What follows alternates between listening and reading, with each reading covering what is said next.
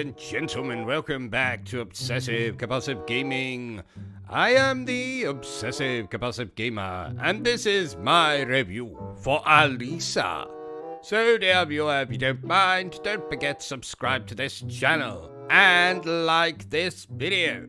So, ALISA has been available on the PC for a few years now, and I believe it released for my beloved PlayStation this year. And what the hell is this game? Well, this is a survival horror game in which we play as, you guessed it, ALISA, who somehow finds herself in a dollhouse of some description and must solve puzzles, fight her way out, find keys for doors. I've seen this game compared to the original Resident Evil. And while this game looks like Us, which admittedly the original Resident Evil also looks these days, that's probably where the comparison ends for me, because whereas the original Resident Evil is a complete and utter campfest with hilarious lines about Jill's sandwiches and mansions and what is this and what is that and just what the hell is going on here, ALISA is a remarkably straight-faced, humorless experience. Yes, like Resident Evil, it is a survival horror. Yes, you will be fighting enemies with guns and melee weapons. Yes, there's a couple of boss fights. But the story, or what little of it there is, was completely incomprehensible to me. Some nonsense about blueprints, and then making a bomb for some reason. We started off the game as some police officer or some nonsense looking for someone who then turns out to be a king in a cat. It's complete and utter garbage. Take it from me, dear viewers.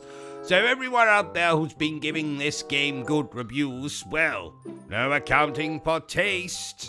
When I play a survival horror game, I expect, well, 1, for it to be an actual horror game, 2, for there to be plenty of cutscenes and story content for me to get my teeth into, 3, I actually expect the damn thing to be scary, and frankly, ALISA is about as scary as finding ham in your sandwich when you somehow convinced yourself that you had only made a cheese sandwich, not a cheese and ham sandwich. I didn't even notice the soundtrack to the game, because it was absent throughout most of the bloody thing. The enemy types were interesting, I suppose, but this game committed the cardinal sin. And that's cardinal with a capital C. It was completely and utterly boring.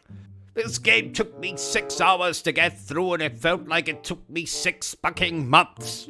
Nothing happened. There was no character interactions. There was no interesting cutscenes. There was no over-the-top action. In fact, I am bored just talking about this bloody thing.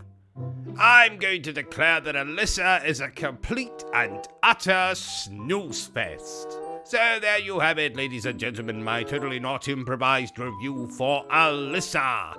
If you enjoyed this little review of mine, don't forget to give me a thumbs up. If you haven't enjoyed it, well then, feel free to give me a thumbs down. But please remember the single... Oh, I just farted.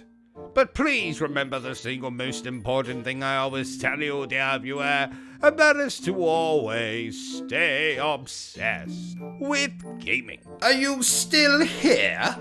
Oh, you must have really enjoyed this video then. In that case, you had better subscribe to the channel and check out our other content. Otherwise, you're a booby pants, and no one wants to be a booby pants.